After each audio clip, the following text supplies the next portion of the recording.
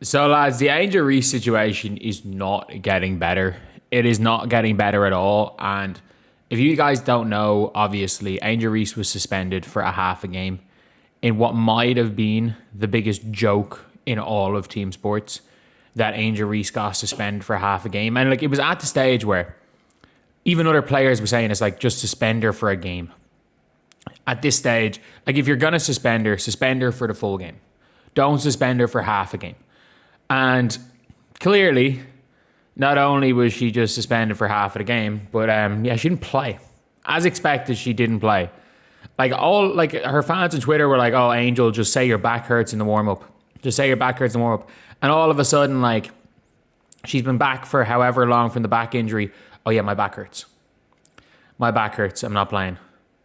Like, is there a reason to question this injury? Yes. Is it likely that Angel has some sort of back pain that she can play through? Yes. Is it likely that she chose not to play through that back pain? Yes. I would assume that this is, I'm not saying that she faked an injury, but she got ruled out mid-game. Like, she got ruled out at halftime. She got ruled out for a game at halftime because she got suspended for the first half. She had the opportunity to do the funniest thing and she did it. She outsmarted these bombs, and I'm like, she's Minnesota Lynx with what? With what assets? Like, people don't realize that 2024 and 2025 rookies are on, like, basically a minimum, like, they're on a quarter of what a rookie contract is going to be in the next CBA. So, like, they're essentially free. They're essentially free on the cap sheet. Like, if you've got, let's just say, 3 to 4 rookies from 23 from this season, they are free on the cap sheet. So that's the big thing, is like, when you've got a quarter of the minimum contract, your contract is free. So you're going to have to give up. If you're in the Minnesota Lynx, you're going to have to give up the second or third pick and Anastasia Kosu. A lot of people are like the Portland Fire, and I'm like, the Portland Fire are going to have to give up. They're like, oh, they can give up, a first round pick, a second, and a third in following years. I'm like, no.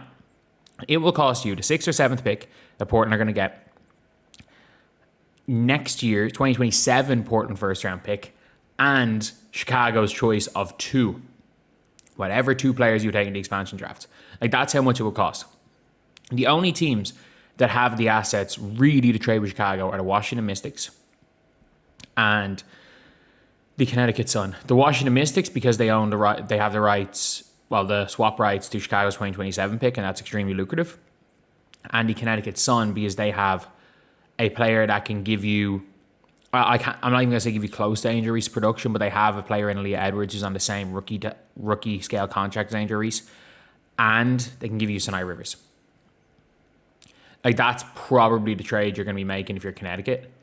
And Connecticut won so few games this year that even with Angel Reese, they're probably not going to make the playoffs next year.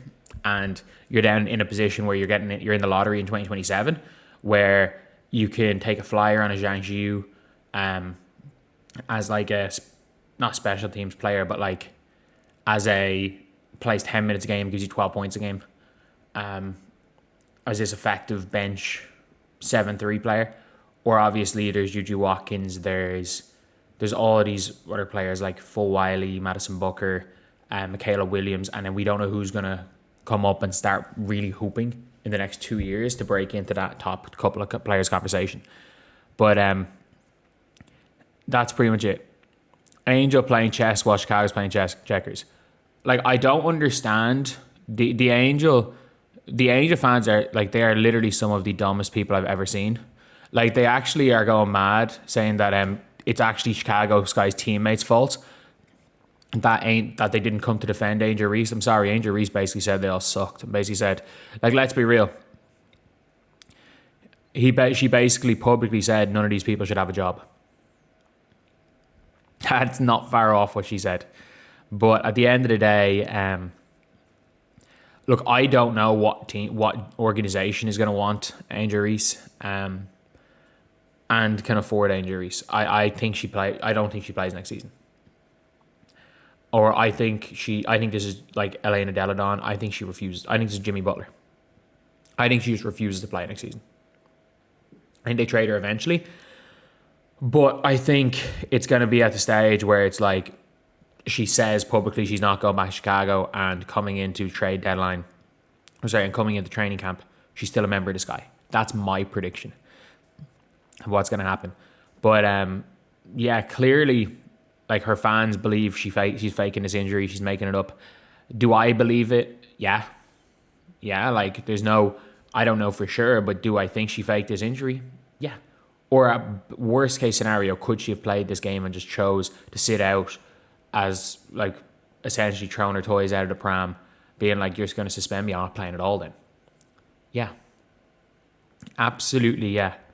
I would be shocked if Angel Reese couldn't have played this game. I think she chose not to play this game. And look, I don't know why a winning organization would...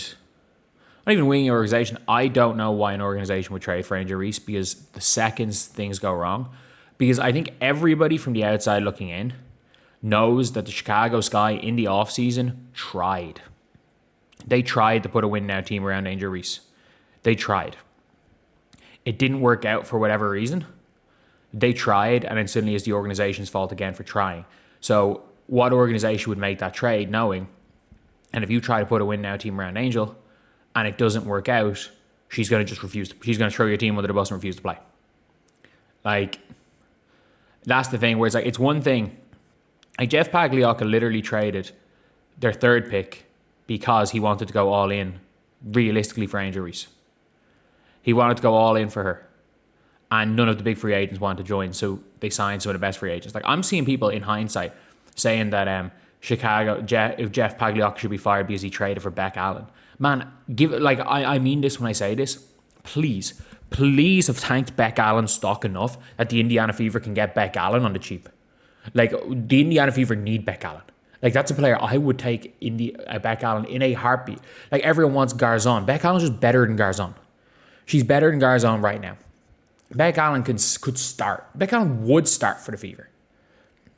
Like, I would take her over Natasha Howard as a floor spacer when Caitlin Clark is healthy.